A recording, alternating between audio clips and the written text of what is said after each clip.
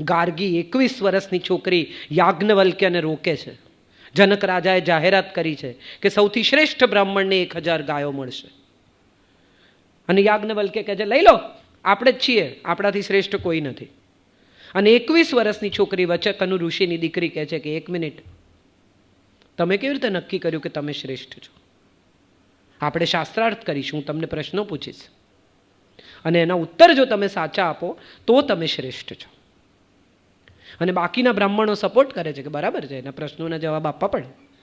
અને યાજ્ઞવલ્ક્ય અને ગાર્ગી વચ્ચેનો સંવાદ એ આપણી સંસ્કૃતિના શ્રેષ્ઠ પ્રશ્નોત્તરી છે. પણ આપણને આવી ખબર નથી અને આપણે જાણવું નથી. ચિયા સીડથી વજન ઉતરે છે એવી આપણને ખબર છે. અને એ કોકે કીધું છે, પાછું આપણે તો પ્રયોગ કર્યો નથી, પણ તરત આગળ મોકલી દીધું છે કે જેને જરૂર છે એને. મારે ક્યાં જરૂર છે, પણ પેલાને જરૂર છે એને મોકલો.